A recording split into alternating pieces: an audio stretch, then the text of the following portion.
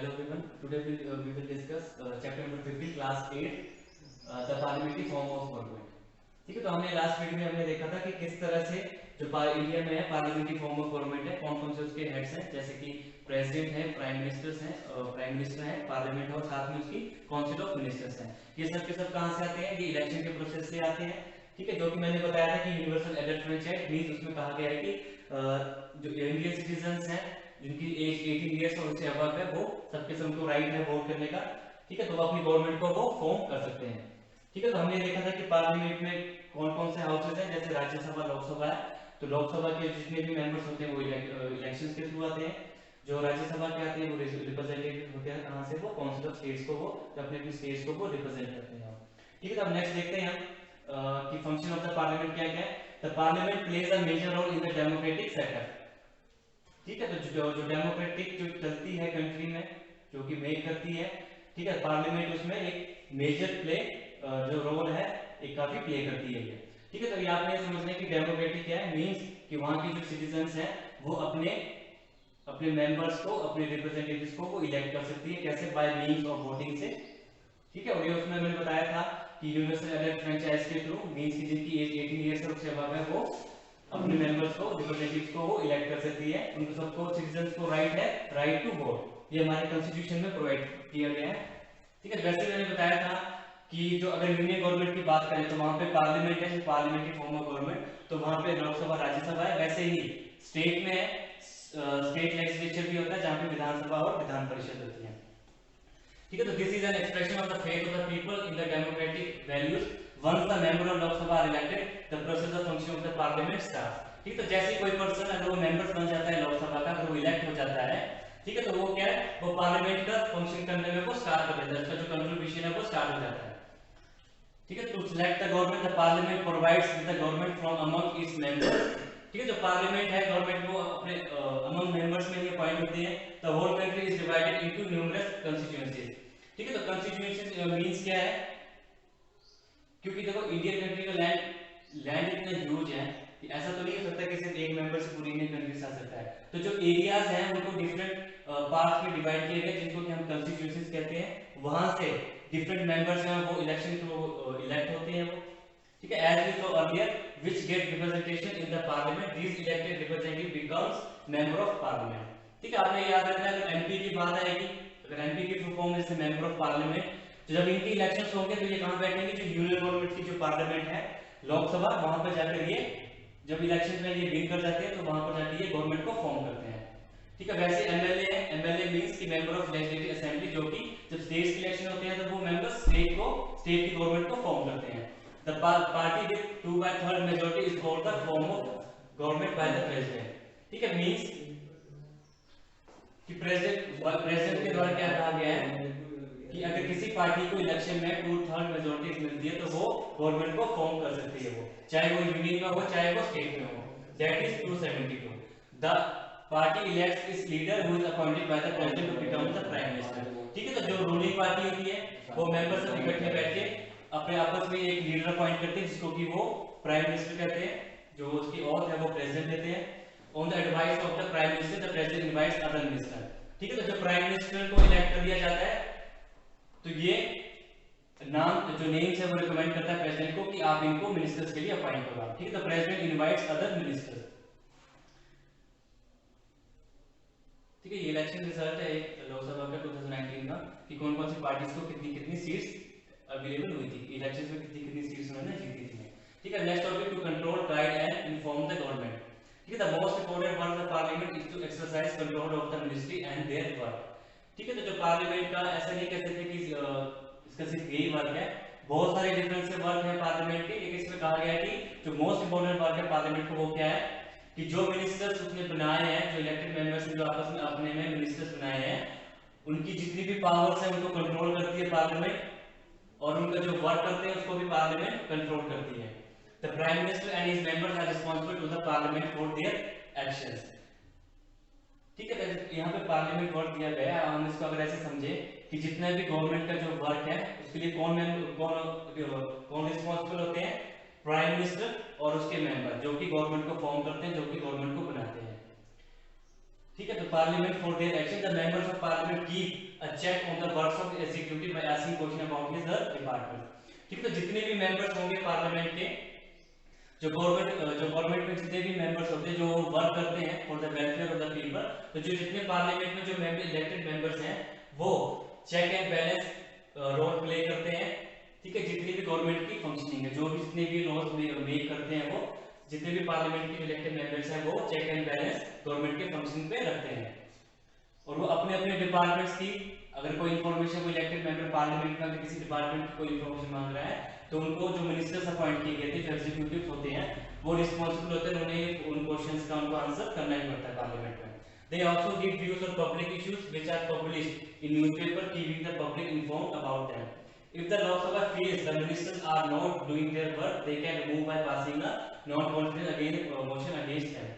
ठीक है, तो जो लोकसभा जो मेंबर्स, इलेक्टेड मेंबर्स हैं, अगर उन्हें फील होता है कि जो मिनिस्टर्स हैं या जो गवर्नमेंट है वो अपना काम अच्छे से नहीं कर रहे, are not doing their work properly, तो वो उनको रिमूव भी कर सकते हैं। किस किस मेथड से रिमूव करेंगे? By passing a non confidence motion against them. ठीक है, अगर वो मोशन अगर मेजोरिटी के साथ अगर पार्लियामेंट में अगर वो पास हो जाता है, तो जो मिनिस्टर्स और जो प्राइम मिनिस्टर है उनको रिजाइन करना पड़ता है। ठीक है, जब वो रिजाइन करते हैं तो जो गवर्नमेंट होती है, तो गवर्नमेंट फेल हो जाती है, गवर्नमेंट भी साथ में ही वो डाउन हो जाती है, मतलब गवर्नमेंट भी गिर जाती है। ठीक है, अगर प्राइम मिनिस्टर और उसके मिनिस्टर्स अगर रिजाइन करेंगे तो गवर्नमेंट भी रहेगी और इलेक्शन फिर से होंगे। The matters of public importance can be discussed by moving calling attention of this. ठीक है, तो अगर पार्लियामेंट में है, अगर वहां जो इलेक्टेड मेंबर्स हैं उनको लगता है कि कोई अगर पब्लिक इंपोर्टेंस का कोई मैटर, कोई इशू कोई चल रहा है, ठीक है, कोई इशू काफी फेम में है, ठीक है, तो वो क्या कर सकते हैं, कॉलिंग अटेंशन नोटिस आ सकता है कि आप इस इशू पे आप डिस्कस कर सकते हैं और आपको डिस्कस करना पड़ेगा, आपको जवाब देना पड़ेगा आपको। ठीक है, पब्लिक को। एंड एडजोरेंट मोशन, ठीक है, तो साथ में एडजोरेंट मोशंस भी वो पास कर सकते हैं। ठीक है, उसमें पार्लियामेंट में एक क्वेश्चन और होता है। ठीक है, उसमें टाइम डिवाइड किया जाता है कि आप इतने टाइम तक आप किसी भी सब्जेक्ट के ऊपर आप अपने डिपार्टमेंट्स के बारे में आप वो क्वेश्चन कर सकते हैं, उन्हें आंसर देना पड़ता है। ठीक, question hour is the time cap for asking questions to ministers about their respective departments. Generally the first hour of sitting of the Lok Sabha is devoted to question and that hour is called the question hour. ठीक है, तो जब भी कोई जब sitting चलती है लोकसभा की, तो जो उसका फर्स्ट आवर होता है, वहां पर जितने भी क्वेश्चंस होते हैं, जो भी पब्लिक मैटर्स के जितने भी इश्यूज होते हैं, जो इंपॉर्टेंट इश्यूज होते हैं, उनको पहले क्वेश्चन के थ्रू डिस्कस करते हैं। उसके बाद जब नेक्स्ट आवर आता है, तो वहां पे वो उसके जो मिनिस्टर्स होते हैं डिपार्टमेंट के, वो आंसरेबल होते हैं, वो आंसर्स करते हैं उनको जो इश्यूज वो डिस्कस कर रहे होते हैं पार्लियामेंट में। तो questions are of four types. ठीक है, जो क्वेश्चंस होते हैं जो आस्क करते हैं पार्लियामेंट में, जो इलेक्टेड मेंबर्स आस्क करते हैं, वो 4 टाइप्स के होते हैं: starred, unstarred, short notice and question address to private members. ठीक है, तो इसमें डिस्कस करें स्टैट कौन से होते हैं। Starred are ones to which a member desire an oral answer, कि इसमें जो क्वेश्चनिंग होती है वो ओरल होती है, जो आंसर आपने देना है वो ओरल होता है। अनस्टैट क्वेश्चन होता है is one for which a written answer is expected. ठीक है, तो कोई भी अगर क्वेश्चन कोई मेंबर्स करता है, ठीक है, चाहे वो रूलिंग पार्टी का हो चाहे वो अपोजिशन पार्टी का हो, तो जो क्वेश्चन का आंसर है उनको रिटन में देना पड़ता है। साथ ही एक शॉर्ट नोटिस क्वेश्चन होता है is one which relates to matter of urgent public importance. ठीक है, अगर शॉर्ट नोटिस क्वेश्चन अगर कोई आता है, तो वो पब्लिक इंपॉर्टेंस का काफी अर्जेंट इशू होता है, कि उसके बारे में हम डिस्कस करते हैं। And can be asked with a shorter notice the last time address to the member responsible. ठीक है, ये एग्जांपल दिए गए किस तरह से वो क्वेश्चंस करते हैं। ठीक है, आपने याद रखना है कि जो क्वेश्चनिंग जो पार्लियामेंट में अगर मिनिस्टर्स को कोई इलेक्टेड मेंबर, चाहे रूलिंग पार्टी का अपोजिशन पार्टी का हो, अगर वो क्वेश्चन उनसे पूछता है, क्योंकि जो मिनिस्टर होता है वो अपने डिपार्टमेंट के लिए रिस्पांसिबल होता है, जो भी उसकी डे टू डे वर्किंग होती है, जो मिनिस्टर्स हैं, जो प्राइम मिनिस्टर हैं, वो उसके लिए रिस्पांसिबल होते हैं। तो जो रूलिंग पार्टी या अपोजिशन पार्टी के जो इलेक्टेड मेंबर्स होते हैं, वो उन मिनिस्टर से वो क्वेश्चन आस्क कर सकते हैं। जो क्वेश्चन होते हैं वो 4 टाइप्स के होते हैं, जैसे starred, unstarred, short notice and question address to public private members. ठीक है, तो हमने याद रखना स्टैट क्वेश्चन होते हैं वो ओरल आंसर होते हैं, अनस्टैट होते हैं रिटन में आंसर चाहिए, शॉर्ट नोटिस में जो पब्लिक इंपॉर्टेंस के इशू होते हैं वो होते हैं, और question address to private members. ठीक है, जो प्राइवेट मेंबर्स होते हैं उनके जो क्वेश्चंस होते हैं 4 टाइप, उनको एड्रेस करते हैं। ठीक है, बाकी नेक्स्ट देखते हैं कि द लॉ मेकिंग बॉडी। ठीक है, तो लॉ किस तरह से मेक होता है, और लॉ किसके लिए बनाते हैं, जो कंट्रीज के सिटीजन होते हैं। ठीक है, तो लॉ कहां से बनते हैं, जो लॉ है हमारे जितने भी लॉज हैं वो सब बनते हैं, वो पार्लियामेंट से बनते हैं, या फिर जो विधानसभा जो स्टेट लेजिस्लेचर है वहां से लॉ बनते हैं। ठीक है, जो स्टेट में लॉ बनेंगे, जो स्टेट लेजिस्लेशन में पास होंगे, वो स्टेट के लिए होंगे, जो पार्लियामेंट में लोकसभा राज्यसभा होंगे वो और यूनियन के लिए होंगे, मींस कि पूरे कंट्री के लिए होंगे। ठीक है, पार्लियामेंट की लॉ मेकिंग बॉडी है parliament and makes laws a number of subject. ठीक है, तो कौन कौन से ऐसे सब्जेक्ट है जिसपे की लॉज बनाती है पार्लियामेंट। जो लॉज बन जाते हैं उसमें अमेंडमेंट भी हो सकती है, amendment in the constitution can be done with special majority. अगर किसी लॉ में कोई अगर अमेंडमेंट करनी है तो स्पेशल मेजॉरिटी चाहिए, तो उसमें अमेंडमेंट हो जाती है। एज ए प्रोवाइडेड, कहां से प्रोवाइड किया हमें, ये जो हमारे कॉन्स्टिट्यूशन है उसमें ये प्रोवाइड किया गया है। Amendment in certain articles of the constitution are done with 2/3 of majority present. ठीक है, तो कुछ आर्टिकल जैसे हमारे कॉन्स्टिट्यूशन में दिए गए हैं, अगर उसमें कोई अमेंडमेंट करनी है तो उसके लिए कौन सा मेजॉरिटी होनी चाहिए, 2/3 of majority present in the house. ठीक है, और साथ में लोग जो हाउस में प्रेजेंट होंगे वो वोट भी करेंगे। A proposed law is first introduced in the parliament the form of bill. ठीक है, तो किसी भी अगर सब्जेक्ट पे अगर कोई लॉ बनाना है तो सबसे पहले वो एज अ बिल इंट्रोड्यूस होगा पार्लियामेंट में। ठीक है, फिर वो दोनों बोथ हाउसेस में वो डिस्कस होगा, लोकसभा राज्यसभा में। ठीक है, फिर वो स्पेशल या 2/3 मेजॉरिटी से जब वो पास होगा उसके बाद वो प्रेसिडेंट के लिए साइन जाएगा, प्रेसिडेंट उस पे साइन कर देगा तो वो बिल वो लॉ बन जाएगा। ठीक है, all the bills introduced have to go through 3 readings in each house. तो किसी बिल के ऊपर 3 रीडिंग्स होती है।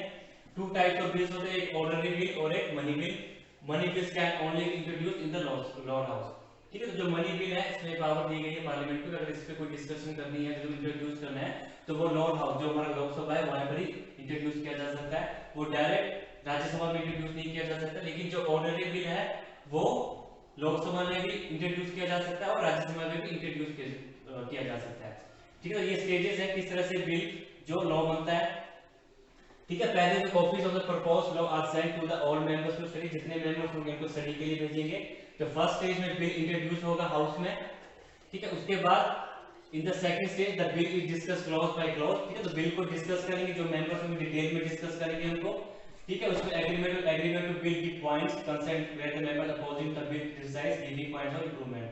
ठीक है, जो मेंबर डिस्कस करेंगे तो वो अगर उसमें कोई अमेंडमेंट है या कोई पॉइंट क्रिटिसाइज है तो उसको हटा भी सकते हैं, या उसमें कोई इंप्रूवमेंट है तो वो भी ला सकते हैं, उसमें डिस्कशन होती है। ठीक है, उसके बाद थर्ड स्टेज में क्या होता है, बिल को डिस्कस किया जाता है। ठीक है, उसके बाद उसमें वोटिंग होती है। Generally the bills are pass by simple majority. तो जितने भी बिल्स होते हैं वो जनरली वो पास होते हैं कैसे, सिंपल मेजॉरिटी से, जो कि 2/3 होती है जितने भी हाउस में प्रेजेंट है मेंबर्स। उसके बाद the same process followed in the upper house. ठीक है, ये होगा एक हाउस में, सिंगल हाउस में। अगर कोई बिल है जैसे एक्सेप्ट सिर्फ मनी बिल, अगर कोई ऑर्डिनरी बिल है तो यहाँ पे पहले लोकसभा में वो रीड होगा या फिर राज्यसभा में होगा। उसके बाद नेक्स्ट हाउस जो होता है वहां पे जाता है। जब वहां से पास हो जाता है after passing both the president for his consent. ठीक है, जब दोनों हाउस से लोकसभा राज्यसभा जब वो बिल पास हो जाता है फिर उसके बाद लास्ट में वो प्रेसिडेंट की कंसेंट के लिए जाता है। ठीक है, the bill is then called an act and has the force of law. ठीक है, जब दोनों हाउस से पास होने के बाद लास्ट में प्रेसिडेंट से साइन होता है तो वो बिल वो लॉ बन जाता है। ठीक है, however there is a disagreement between two houses. ठीक है, अगर किसी बिल को लेकर अगर दोनों हाउसेस में कोई डिसएग्रीमेंट होता है, ठीक है, अगर वो चाहते हैं कि इंप्रूवमेंट हो लेकिन अब वो इंप्रूवमेंट नहीं होती है, ठीक है, तो वहां पे एक ज्वाइंट सेशन भी बुला सकते हैं उस बिल पे डिस्कस करने के लिए, जहां पे दोनों हाउसेस ज्वाइंट सिटिंग करते हैं। Both the houses called where the bill is pass by majority of member present and voting. ठीक है, तो जब ज्वाइंट सेशन होगा तो उस बिल के ऊपर जिसको पास करना है तो जितने भी मेंबर्स वो प्रेजेंट होंगे, ठीक है, उनके जो देखो pass by majority of member, majority क्या होनी चाहिए कि 2/3 से जितने भी प्रेजेंट है 2/3 और मोर देन 50% से ऊपर में प्रेजेंट होने चाहिए और वो वोटिंग करेंगे। The session is preceded by the speaker. जो ज्वाइंट सेशन है उसको प्रेसाइड कौन करता है, वो लोकसभा का जो स्पीकर होता है। ठीक है, उसके बाद next participate in election process. The parliament elect the vice president and also participate in the election of the president. It also impeach the president or remove the vice president of Supreme Court judges. ठीक है, तो क्या है कि अगर देखो parliament में, कि पार्लियामेंट को पावर है वो वाइस प्रेसिडेंट को इलेक्ट कर सकती है।